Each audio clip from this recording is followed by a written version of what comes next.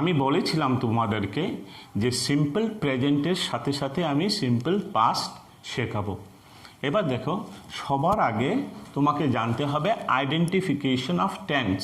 একটা সেন্টেন্স দেখে তৎক্ষণাৎ তুমি কি করে বুঝতে পারবে সেন্টেন্সটি কোন টেন্সে আছে, তার কিছু টেকনিক আছে।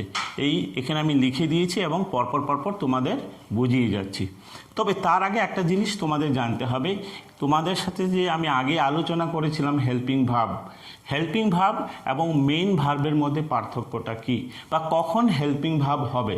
এই যে তুমি ভালো করে দেখো, আমি দেখিয়েছিলাম বি ভার্বের প্রেজেন্ট ফর্মে এম আছে, তাহলে এম এখানে হেল্পিং ভার্ব না মেইন ভার্ব। আবার দেখো পরের সেন্টেন্সে দেখো, আবার আই এম আছে, এখানেও আই এম আছে, এখানেও আই এম আছে, কিন্তু এখানে আমি এটাকে বলছি মেইন ভার্ব, এটাকে এখানে বলছি হেল্পিং ভার্ব। কেন? এই ধারণা তোমার পরিষ্কার থাকতে হবে। হেল্পিং ভার্ব তখনই হবে যখন তারপর আরেকটি ভার্ব থাকবে, তা না হলে এরাই মেইন ভার্ব। এখানে ভালো করে দেখো, এম এর পর আর কোনো ভার্ব নেই, এখানে আর্টিকেল আছে, অ্যাডজেক্টিভ আছে, নাউন আছে, কিন্তু ভার্ব নেই। তাহলে একে কিন্তু হেল্পিং ভার্ব তুমি ধরতে পারবে না, একে তোমাকে মেইন ভার্ব ধরতে হবে। আবার এই এম এ দেখো, এম এর পর রিডিং আছে, তার মানে এটা হবে হেল্পিং ভার্ব, এটা হবে মেইন ভার্ব। আমি আমাদের প্র্যাকটিক্যাল উদাহরণ ধরি। বাড়িতে মনে করো, বাড়িতে তোমার বাবা সব কিছু ডিসিশন নেন, তিনি হচ্ছে মেইন ভার্ব, এবং তোমার বাবাকে কে সাহায্য করেন? তোমার মা, হেল্পিং ভার্ব। ঠিক আছে, এবার মনে করো কোনো কারণে তোমার বাবা বাড়িতে নেই, 7 দিনের জন্য বাড়ির বাইরে চলে গেছেন, তখন কে কাজ করবে, কে ডিসিশন নেবে? সব ডিসিশন কিন্তু মা নেবে। আগে যিনি হেল্পিং ভার্ব ছিলেন, এখন কিন্তু তিনি হেল্পিং ভার্ব নন, তিনি কিন্তু মেইন ভার্ব। বুঝতে পারছো? ঠিক আমাদের লাইফের সাথে এটা জড়িয়ে আছে। যখন মনে করো রিডিং, মনে করো বাবা বাড়িতে আছেন, এম হচ্ছে মা হয়ে যাচ্ছে হেল্পিং ভার্ব, কিন্তু এই সেন্টেন্সে দেখো ভার্ব নেই, অর্থাৎ বাবা বাড়িতে নেই, তখন ডিসিশন কে নিচ্ছে? মাকে কিন্তু তুমি তখন হেল্পিং ভার্ব বলতে পারবে না, কেননা সব ডিসিশন মাই নেবে, সেই জন্য তখন মা হয়ে যাবে মেইন ভার্ব। পরের সেন্টেন্সটা আবার একটু খেয়াল করো, এখানে আছে আই হ্যাভ এ কার, আর এখানে আছে আই হ্যাভ বট এ কার। ভালো করে দেখো, এখানে এটা হেল্পিং ভার্ব, এটা হচ্ছে হেল্পিং ভার্ব, ঠিক আছে, আর এটা হচ্ছে মেইন ভার্ব, অথবা অনেক সময় আমরা মেইন ভার্বকে শুধু ভার্ব বলি। কেন?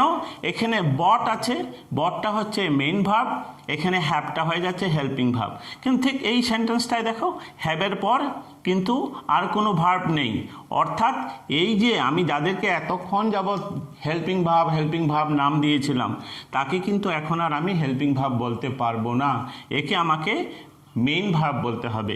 এই সেন্টেন্সে হেল্পিং ভার্ব নেই, এই সেন্টেন্সে হেল্পিং ভার্ব হ্যাভ, এই সেন্টেন্সে হেল্পিং ভার্ব নেই, মেইন ভার্ব আছে, কিন্তু সেম এম যেটা, সেটা কিন্তু এখানে হেল্পিং ভার্ব হচ্ছে, কারণ এরপর মেইন ভার্ব আছে।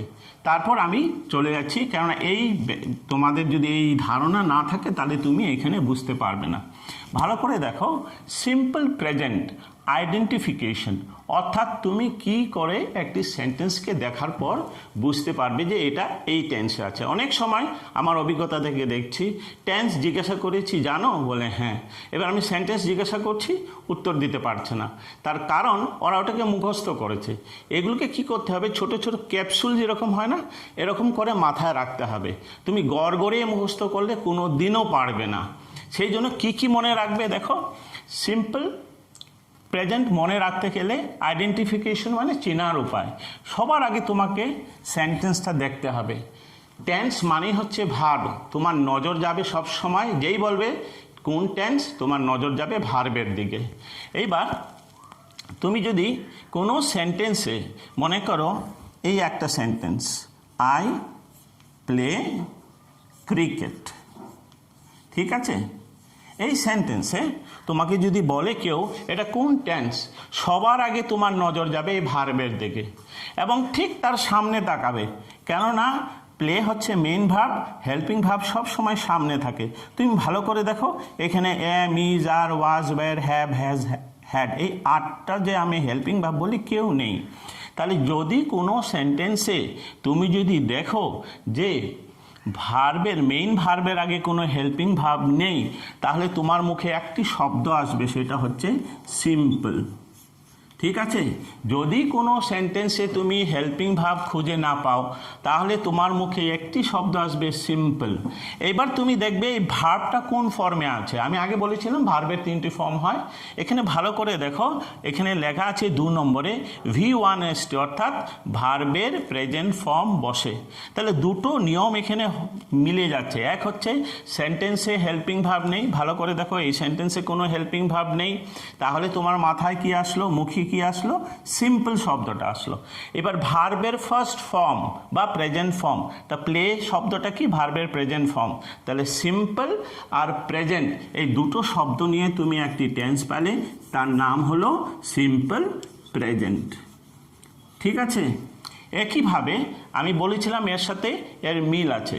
আগে আমি দুটো দুটো করে শিখে নিই। এখানে কি লেখা আছে, একই লেখা আছে সেন্টেন্সে হেল্পিং ভার্ব থাকে না। এখানেও তাহলে হেল্পিং ভার্ব থাকে না, মানে তুমি যখনই সেন্টেন্সে দেখবে যে হেল্পিং ভার্ব নেই, মনে করো হি প্লেড ক্রিকেট, এই সেন্টেন্সে খুব ভালো করে দেখো প্লেড হচ্ছে মেন ভার্ব, তার আগে কোনো হেল্পিং ভার্ব নেই। যেই তুমি দেখলে হেল্পিং ভার্ব নেই, তাই তোমার মাথায় কি আসবে, সিম্পল কথাটা আসবে।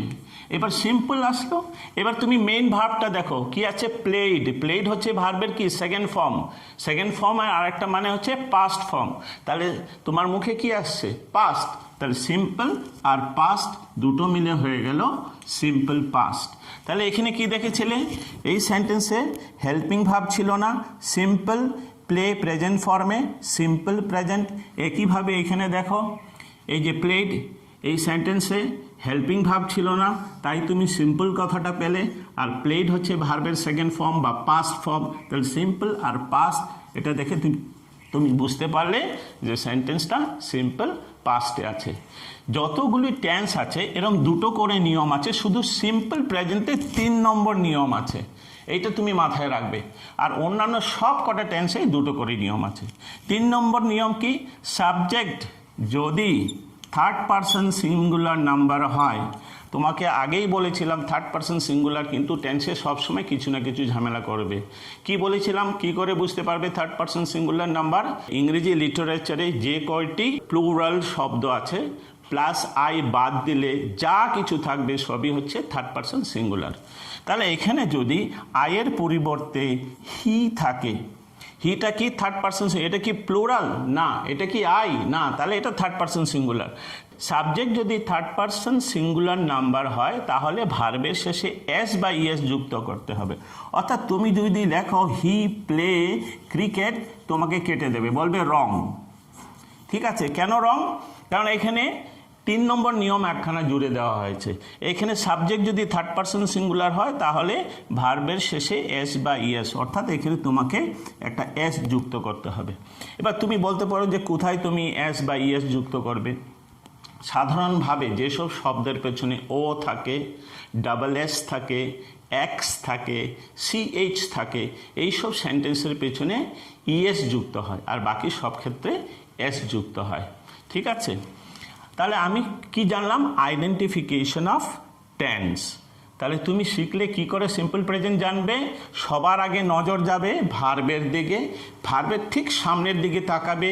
যদি কোনো হেল্পিং ভার্ব না থাকে তাহলে বলবে সিম্পল, আর ভার্বটা যদি প্রেজেন্টে থাকে তাহলে তুমি পেলে সিম্পল প্রেজেন্ট। একইভাবে তুমি সিম্পল পাস্ট কিভাবে আইডেন্টিফাই করবে, আবার দেখবে সেন্টেন্সে হেল্পিং ভার্ব আছে কিনা, নেই, ভার্ব কোন ফর্মে আছে, নেই মানে সিম্পল, ভার্ব কোন ফর্মে আছে, পাস্ট ফর্মে আছে, দুটো মিলে তুমি অ্যাড করে কি পেলে, সিম্পল পাস্ট। আমি অলরেডি তোমাদেরকে সিম্পল প্রেজেন্ট এবং সিম্পল পাস্টের আইডেন্টিফিকেশন অর্থাৎ কি করে চিনবে সেই ব্যাপারে আলোচনা করেছি। শুধু সেন্টেন্স দেখে টেন্স চিনলেই তো হবে না, তোমার জানতে হবে এই যে টেন্স, কোথায় কোন টেন্স ব্যবহার করতে হবে, তা না হলে তো তুমি ইংরেজিতে লিখতেও পারবে না বা কথাও বলতে পারবে না। সেই জন্য তোমার আগে ব্যবহার সম্পর্কেও তোমাকে জানতে হবে। তাহলে সিম্পল প্রেজেন্ট কোথায় ব্যবহার করা হয়, দেখো ইউজ বা ব্যবহার। 1 নম্বর হচ্ছে সর্বদা হয় এমন কোনো কাজ বোঝাতে।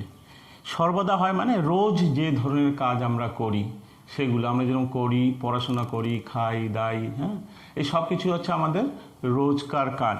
এই রোজকার কাজ যখন আমরা বোঝাবো তখন আমাদেরকে কি নিতে হবে? সিম্পল প্রেজেন্টের হেল্প নিতে হবে। এই এক্সাম্পলটা দেখো, আই রিড এভরি ডে, আমি কি করি? রোজ পড়াশোনা করি। আমি এটাকে যখন ট্রান্সলেট করেছি, কি করেছি? আই বসিয়েছি, কোনো হেল্পিং ভাব বসাইনি, কেন সিম্পল প্রেজেন্টে কোনো হেল্পিং ভাব বসে না। তারপর কি লিখেছি? ভার্বের present form read every day, অর্থাৎ যে কাজ সর্বদা হয়। অর্থাৎ এখানে কি দেখা গেল? আমি সিম্পল প্রেজেন্ট ব্যবহার করলাম।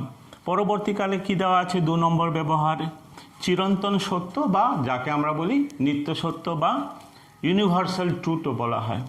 এইখানে দেখো, the sun rises in the east, এই জায়গাটা খুব ভালো করে দেখো। দ্য সান এটা কিন্তু থার্ড পারসন সিঙ্গুলার নাম্বার, ঠিক আছে? তাহলে আমাকে কি ব্যবহার করতে হবে? ভার্বের শেষে এস বা ইএস, সেই জন্য আমি লিখেছি দ্য সান রাইজেস। রাইজ লিখলে কিন্তু কেটে দেবে, ঠিক আছে? The sun rises in the east, এটা হয়ে গেল ইউনিভার্সাল ট্রুথ বা চিরন্তন সত্য। 3 নম্বর ব্যবহার কি? অভ্যাস বোঝাতে। যেরকম he takes bath every day in the Ganga, সে রোজ গঙ্গায় স্নান করে। গঙ্গায় স্নান করাটা তার অভ্যাস। তাহলে 3 নম্বর ব্যবহারটা কি? অভ্যাস বোঝাতে আমরা এই সিম্পল প্রেজেন্ট টেন্স ব্যবহার করি। খুব ভালো করে দেখো, এই যে সাবজেক্টের পরে কোনো হেল্পিং ভাব বসায়নি, সাবজেক্টের পরে কোনো হেল্পিং ভাব বসায়নি, এখানেও কিন্তু সাবজেক্টের পরে কোনো হেল্পিং ভাব বসায়নি। এখানে টেক্স কেন ব্যবহার করেছি? হি হচ্ছে থার্ড পারসন সিঙ্গুলার নাম্বার। এই থার্ড পারসন সিঙ্গুলার কিন্তু খুব ঝামেলা করে, এটা তোমাকে কিন্তু ভালো করে মাথায় রাখতে হবে।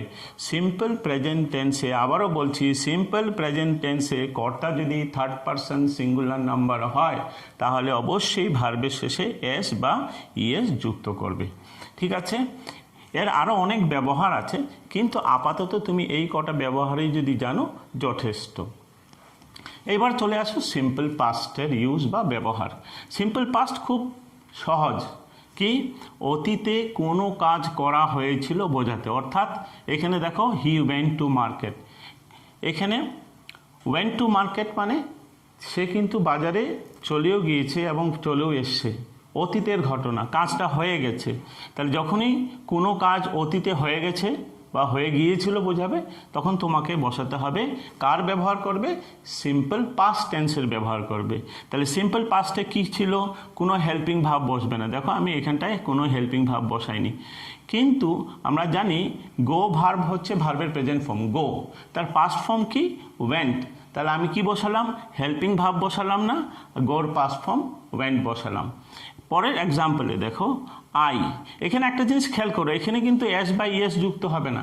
এস বা ইএস শুধুমাত্র সিম্পল প্রেজেন্ট টেন্সে কর্তা থার্ড পারসন সিঙ্গুলার নাম্বার হলে, গুলিয়ে ফেলো না। অনেকে আবার কি করে? সিম্পল পাস্টের পেছনে অ্যাড করে এস বা ইএস, কখনোই নয়। এই এক্সাম্পলটা দেখো, I finish the homework in time. এই কথাটার মানে আমি সময় মতো হোমওয়ার্ক শেষ করে ফেলেছিলাম।